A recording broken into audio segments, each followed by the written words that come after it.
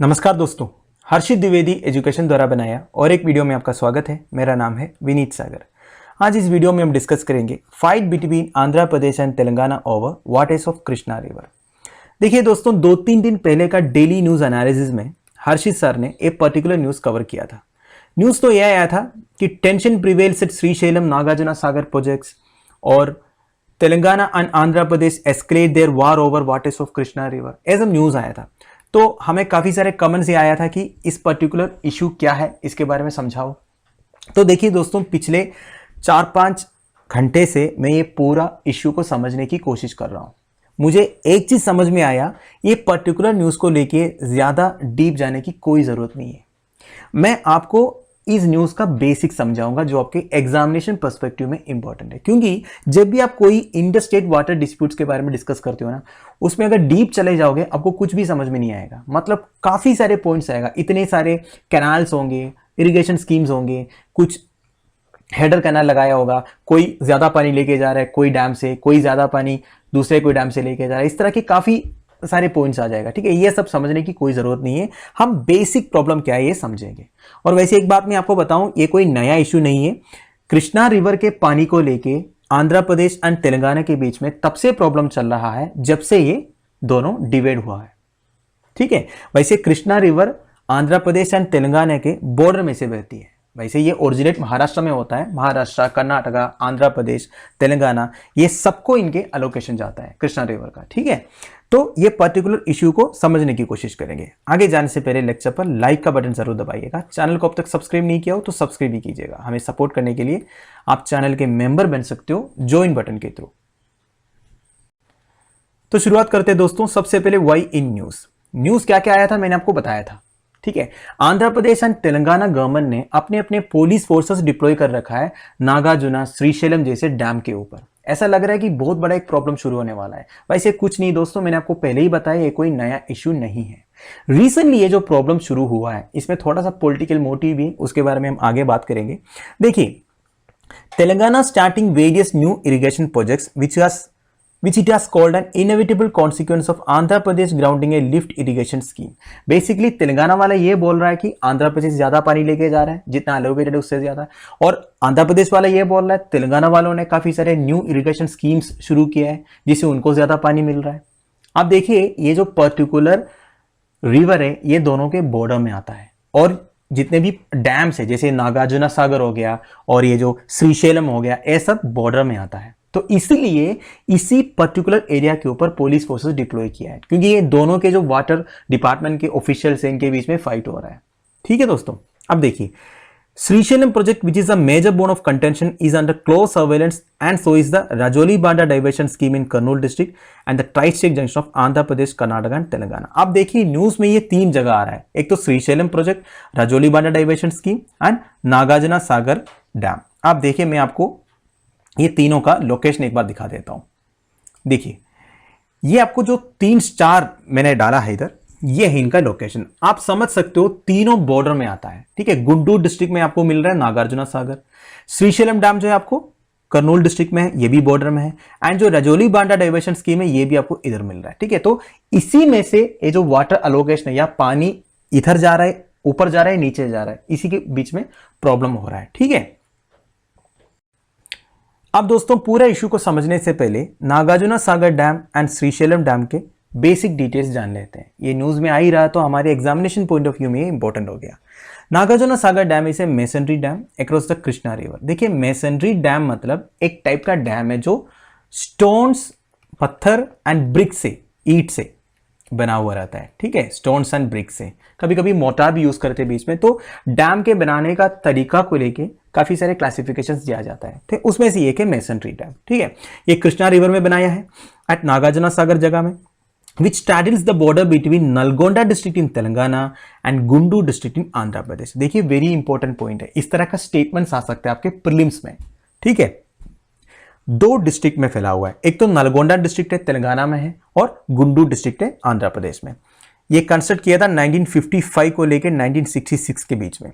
Dam provides irrigation water to Nalgonda, Suryapet, Krishna, Khammam, West Godavari, Guntur and Prakasam district along with electricity generation। तो hydro electric projects भी है इसमें, और काफी सारे डिस्ट्रिक्ट का नाम इधर लिखा हुआ है, देख लीजिएगा, नलगोंडा, सूर्यपेट, कृष्णा, खम्मम, वेस्ट गोदावरी, गुंटूर, प्रकाशम डिस्ट्रिक्ट। ठीक है।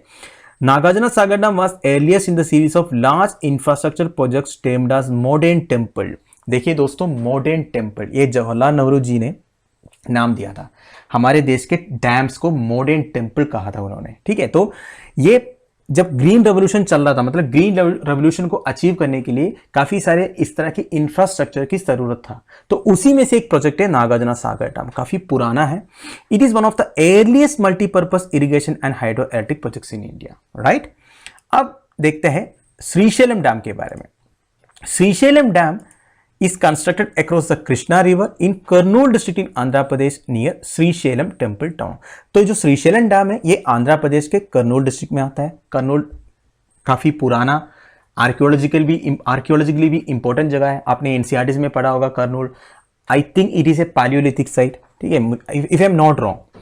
It is second largest capacity working hydro electric station in the country. आप मुझे बताइए सबसे largest capacity working hydro electric station कौन सा है देश में? ये प्रोजेक्ट 1967 में बनाया था। After several delays main dam has completed 20 years. देखिए 60 से लेके 1980 तक इसका काम चला। It was constructed in a deep gorge in Nallamala hills in between Kurnool and मथुपनगर district 300 metre above sea level. ठीक है, तो ये नल्लामला हिल्स वाला बात भी इधर इंपॉर्टेंट है, ये सब ध्यान दीजिएगा। तो श्रीशैलम एंड नागार्जुना सागर के बारे में बेसिक आइडिया तो आपको मिल गया। अब पूरे इश्यू को समझ लेते हैं। तो दोस्तों व्हाट इज द इश्यू, पूरे इश्यू को समझ लेते हैं। मैं पहले से आपको बता रहा हूं, ज्यादा डीप घुसने की कोई जरूरत नहीं है, आप पूरा कंफ्यूज हो जाओगे। मैं आपको बेसिक चीजें बताऊंगा। Crux of water dispute between the two states is the allegation by Andhra Pradesh government that Telangana is drawing Krishna river water from Srisailam, Nagarjuna Sagar and Pulichindala projects for hydropower generation। Andhra Pradesh वाले ये बोल रहा है कि तेलंगाना, श्रीशैलम, नागार्जुना सागर and पुलिचिंदला projects, ये सारे projects border में है। ठीक है, ये समझ लीजिएगा। इनमें से तेलंगाना वाला ज्यादा पानी लेके जा रहा है, वो भी without obtaining clearances from Krishna river management board. मैंने आपको बताया था Krishna river management board setup किया था। ये कृष्णा रिवर मैनेजमेंट बोर्ड का काम क्या होगा? As the name indicates, Krishna river का मैनेजमेंट है, कितना पानी किसको एलोकेट किया है, जो इंडर स्टेट वाटर ट्रिब्यूनल ने बोला है उसके हिसाब से करेक्ट पानी जो है, पानी का एलोकेशन जो है आंध्र प्रदेश और तेलंगाना के बीच में होना चाहिए। तो आंध्र प्रदेश वाले ये बोल रहे हैं कृष्णा रिवर मैनेजमेंट बोर्ड का क्लियरेंस भी नहीं लिया, इसके बावजूद इन्होंने श्रीशैलम, नागार्जुना सागर एंड पुलिचिंदला प्रोजेक्ट्स में से पानी लेके जा रहा है। ठीक है, आप देखिए ये जो श्रीशैलम एंड पुलिचिंदला प्रोजेक्ट्स है एंड प्रकाशम बैरेज है, ये सबके ऑपरेशन एंड मेंटेनेंस जो है आंध्र प्रदेश के पास है। ठीक है, और जो नागार्जुना सागर एंड जुराला प्रोजेक्ट्स है ये तेलंगाना के अंदर है। आप समझ में आया आपको? मतलब बॉर्डर में मैंने आपको पहले ही बोला, इसके अलावा और भी छोटे मोटे कई सारे वाटर प्रोजेक्ट्स हैं। इसमें जो मेजर मैं बता रहा हूं, श्रीशैलम, पुलिचिंदला एंड प्रकाशम बैरेज जो बॉर्डर में आता है, ये तीनों आंध्र प्रदेश के अंदर में, और नागार्जुना सागर एंड जुराला प्रोजेक्ट जो है ये तेलंगाना के पास है। ठीक है, इतना समझ में आ गया। अब देखिए, by an order issued on May 5 last year, Andhra Pradesh government had given administrative sanction for Rayalaseema lift irrigation scheme to lift 3000 million cubic feet। यहां प्रॉब्लम शुरू हो जाता है। देखिए, लास्ट ईयर May 5 को आंध्र प्रदेश गवर्नमेंट ने एक lift irrigation scheme, basically lift irrigation scheme मतलब वही होता है, उस नदी में से पानी लेके जाना है एक कैनाल के थ्रू इरिगेशन पर्पस के लिए। ठीक है, तो आंध्र प्रदेश वालों ने ऐसा एक लिफ्ट इरिगेशन स्कीम शुरू किया to lift 3000 million cubic feet water daily from Srisailam, which was to be carried through Srisailam right main canal to meet the requirement of Rayalaseema region of the state. देखिए, आंध्र प्रदेश का एक रीजन है रायलसीमा। ठीक है, अब यहां पानी की स्कैसिटी है, तो यहां पानी की स्कैसिटी दूर करने के लिए आंध्र प्रदेश वालों ने श्रीशैलम रिजर्वायर से पानी उठाने के लिए इन्होंने क्या किया, एक लिफ्ट इरिगेशन स्कीम शुरू किया जिसका नाम दिया RLIS, Rayalaseema lift irrigation scheme. अब तेलंगाना वालों को तो ये अच्छा नहीं लगेगा, उन्होंने क्या किया, देखिए उन्होंने ये किया, Telangana gave the go ahead for a barrage across Krishna at Alampur in Gadwal district, a flood flow canal, a lift irrigation scheme from Nagarjuna Sagar, Tail Pond and 3 other projects। मतलब तेलंगाना वालों ने इसको काउंटर करने के लिए, क्योंकि Rayalaseema lift irrigation scheme Andhra Pradesh ने बनाया, तो तेलंगाना भी सेम ऐसे एक लिफ्ट इरिगेशन स्कीम बनाया नागार्जुना सागर के जो टेल पॉन्ड है उसमें से पानी लेके जाने के लिए। अब आप सोचोगे इस तरह प्रोजेक्ट में से पानी लेके जाने से प्रॉब्लम क्या होगा। देखिए, जितना अलोकेटेड है उससे ज्यादा पानी अगर कोई एक स्टेट लेके जाएगा तो दूसरों के लिए प्रॉब्लम हो जाएगा, है कि नहीं। तो बेसिकली आंध्र प्रदेश वालों ने अपना प्रॉब्लम दूर करने के लिए पानी ले रहा है और तेलंगाना वाला अपने लिए ले रहा है। तो आंध्र प्रदेश ने लिफ्ट इरिगेशन स्कीम शुरू किया तो इन्होंने भी शुरू कर दिया, ठीक है। On the top of it, Telangana government took up hydel generation by discharge of water at 4 projects along the course of river. उन्होंने, तेलंगाना वालों ने और भी कुछ किया।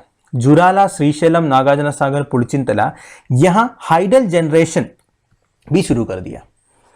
And this was protested by Andhra Pradesh government on the ground that generation, particularly at Srisailam, where the output was 12.97 million units, would badly affect flows to RLS। इस तरह एक हाइडल पावर जनरेशन स्कीम शुरू करने से जो Rayalaseema lift irrigation scheme में पानी की अवेलेबिलिटी है कम हो जाएगा। मतलब तेलंगाना वालों ने अगर ऐसे जुराला, श्रीशैलम, नागार्जुना सागर जैसे, पुलिचिंद्रा जैसे जगह में हाइडल जनरेशन शुरू करेंगे तो ज्यादा पानी उधर चला जाएगा। तो ये जो रायलसीमा लिफ्ट इरिगेशन स्कीम में जो पानी आना था वो कम हो जाएगा। तो बेसिकली देखिए दोस्तों, काफी सारे नाम आ रहे हैं, तो आपको ये समझ में आ गया होगा आंध्र प्रदेश पानी लेके जा रहा है, उसको काउंटर करने के लिए तेलंगाना वालों ने अपना प्रोजेक्ट शुरू कर दिया, ठीक है। यही प्रॉब्लम है बेसिकली। अब Andhra Pradesh and Telangana suppose to share the river water in 66:34 ratio. देखिए दोस्तों, एक्चुअल एलोकेशन क्या है, इधर लिखा है 66:34 रेशियो है, as per the allocation made on ad hoc basis by the Krishna water dispute tribunal. देखिए, कृष्णा वाटर को लेके प्रॉब्लम तो बहुत पहले से चल रहा था, तब कृष्णा वाटर डिस्प्यूट ट्रिब्यूनल बनाया था, उसके जजमेंट को लेके 66:34, मतलब 66 जाएगा आंध्र प्रदेश के पास, 34 जाएगा तेलंगाना के पास। यह है एक्चुअल एलोकेशन। पर अभी जो तेलंगाना वाले हैं, मैंने काफी इंटरव्यूज देखा, उनमें काफी सारे लोग ये बोल रहा है कि ये एड हॉक बेसिस जो लिखा है ना, ये इंटरिम बनाया था, ये कोई फाइनल जजमेंट नहीं था करके ये लोग का कहना है, अलग बात है। देखिए, तो रेशियो तो आपको समझ गए, ये ध्यान दीजिएगा 66:34 है इंटर स्टेट वाटर ट्रिब्यूनल का जजमेंट के हिसाब से, ठीक है। After directing minor irrigation utilization, evaporation losses of and diversion to the river Godavari, Andhra Pradesh share according to this allocation। देखिए, ये जो 66:34 है, ये after deducting minor irrigation utilisation. देखिए, जब भी कोई इंटरस्टेट वाटर ट्रिब्यूनल का जजमेंट होता है ना, जब अलोकेशन दिया जाता है तब इसमें ये सब डिड्यूस करता ही है, ठीक है। जैसे माइनर इरिगेशन यूटिलाइजेशन हो सकता है, एंड इवापोरेशन लॉसेस तो होता ही होगा, इतना गर्मी है, और डाइवर्शन टू रिवर गोदावरी, कुछ पानी गोदावरी में भी डाइवर्ट किया जाता है कृष्णा रिवर में से, ठीक है। तो ये सबको छोड़ के बाकी जितना पानी है उसका 66% जाना चाहिए आंध्र प्रदेश के पास और 34 जाना चाहिए तेलंगाना के पास। अब तेलंगाना वाला क्या कर रहा है, तेलंगाना वाला ये बोल रहा है हमारी जो एलोकेशन ये कम है इसलिए हम ये सब काम कर रहे करके, तेलंगाना वालों का एक पॉइंट है, वो भी अलग बात है। Andhra Pradesh share according to this allocation is 512 TMC and Telangana share is 299। ये ध्यान दीजिएगा, ठीक है। आंध्र प्रदेश का मतलब जो 66:34 वाले रेशियो में से 512 जाता है, टीएमसी जाता है आंध्र प्रदेश को, एंड तेलंगाना का शेयर है 299। अब तेलंगाना वाला बोल रहा है कि हमें ज्यादा पानी चाहिए, ठीक है, उनमें पानी का प्रॉब्लम है। तो आपको बेसिक आइडिया मिल गया ना। देखिए दोस्तों, मुझे पता है इसमें अगर आप कोई और आर्टिकल पढ़ोगे ना, आपको हजारों चीज मिल जाएगा कि एक पर्टिकुलर प्रोजेक्ट का ये नल खुल गया, इसका पानी वो लेके गया, इसका पानी ये लेके गया, उधर और प्रोटेस्ट चल रहा है, ऐसे काफी सारी चीजें हैं। ये सब इतना इंपॉर्टेंट नहीं है, ठीक है। बेसिक आपको आइडिया होना चाहिए प्रॉब्लम क्या है, एंड इंडर स्टेट वाटर ट्रिब्यूनल का जजमेंट के हिसाब से कितने वाटर एलोकेशन है, अब तेलंगाना का कहना क्या है, आंध्र प्रदेश का कहना क्या है। तो बेसिक आइडिया तो आपको लग गया होगा, आई होप। अब दोस्तों, मैं उम्मीद करता हूं आप लोगों को बेसिक आइडिया लग गया होगा आंध्र प्रदेश एंड तेलंगाना के बीच में रिसेंटली ये जो फाइट चल रहा है वो किसको लेके है।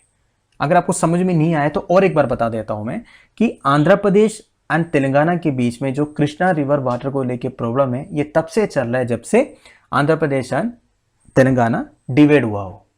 अब जो रीसेंट फाइट चल रहा है वो कुछ इरिगेशन स्कीम्स को लेके, जो तेलंगाना वालों ने ज्यादा किया है, आंध्र प्रदेश वालों ने भी किया है। तो ये दोनों का कहना यह है कि जो इंटर स्टेट वाटर ट्रिब्यूनल का जजमेंट है, जो 66:34 वाला एलोकेशन है, उसको कोई फॉलो नहीं कर रहा है। ऊपर से कृष्णा रिवर मैनेजमेंट बोर्ड का क्लियरेंसेस भी नहीं लिया जब इन्होंने इरिगेशन स्कीम्स बनाया था, ठीक है।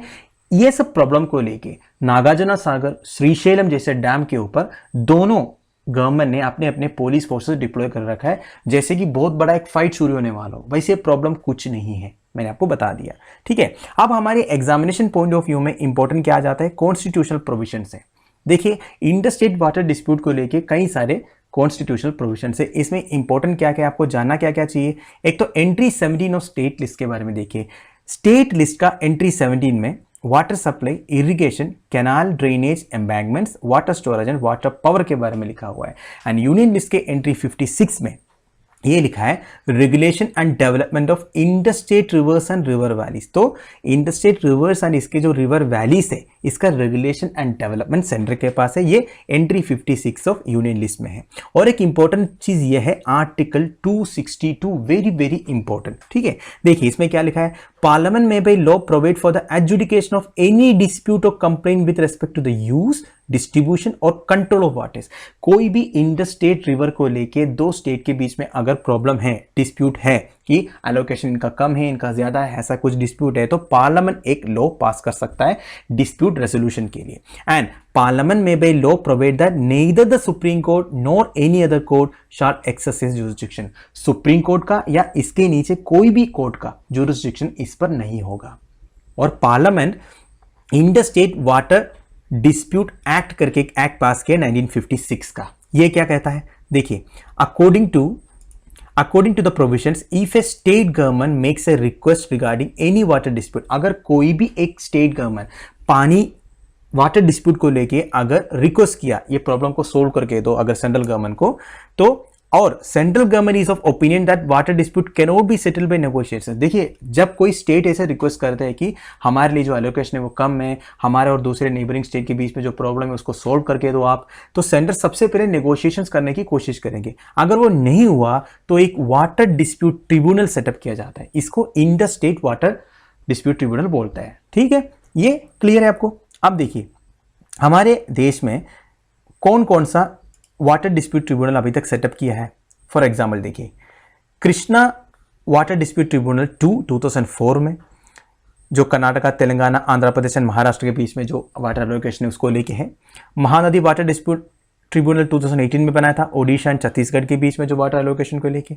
Mahadayi water dispute tribunal Goa, Karnataka and Maharashtra के बीच में। रेवी एंड बैस वाटर ट्रिब्यूनल 1986 में बना था पंजाब, हरियाणा, राजस्थान के बीच में। Vansadhara water dispute tribunal Andhra Pradesh and Odisha के बीच में। तो इतने सारे वाटर डिस्प्यूट ट्रिब्यूनल, ये मेजर वाटर डिस्प्यूट ट्रिब्यूनल है जो इंडिया में रिसेंटली बना है। ठीक है, तो आई होप आपको इसके जो कॉन्स्टिट्यूशनल प्रोविजन है ये समझ में आ गया, और पूरी चीजें जो बेसिक्स मैंने बताया आंध्र प्रदेश और तेलंगाना के बीच में जो प्रॉब्लम चल रहा है इसके बारे में भी, राइट। तो दोस्तों, ये वीडियो मैं इधर फिनिश कर रहा हूं। आई होप आप लोगों को कुछ सीखने को मिला होगा। मुझे पता है मैंने ज्यादा डीप नहीं गया, क्योंकि दोस्तों मैंने पहले ही बताया आपको, जब दो स्टेट्स के बीच में इस तरह की प्रॉब्लम्स होते हैं तो कई सारे वाटर प्रोजेक्ट्स इसके बीच में आ जाते हैं। एक एक वाटर प्रोजेक्ट्स का, एक एक कनाल का वाटर एलोकेशन कितना होना चाहिए, एक एक डैम का कितने फीट में पानी आंध्र प्रदेश लेके जाना चाहिए, कितने फीट तक तेलंगाना लेके जा सकता है, तो काफ़ी कंफ्यूजिंग है, काफ़ी सारे डाटास आ जाते हैं इसके बीच में। इसलिए मैं ज़्यादा डीप नहीं गया, आपको बेसिक जानना है। एंड ये जो कॉन्स्टिट्यूशनल प्रोविजंस मैंने आपको समझाया ये भी याद रखिएगा। ठीक है, अगर स्टिल आपको कोई डाउट्स है और ज़्यादा डीपली आप जानना चाहते हो तो आप मुझे कमेंट बॉक्स में ज़रूर बता दीजिएगा। एंड आप लोगों की वैल्यूएबल सजेशंस एंड कमेंट्स जो है मुझे कमेंट बॉक्स के थ्रू बता दीजिएगा। Thank you for watching, bye bye, have a nice day.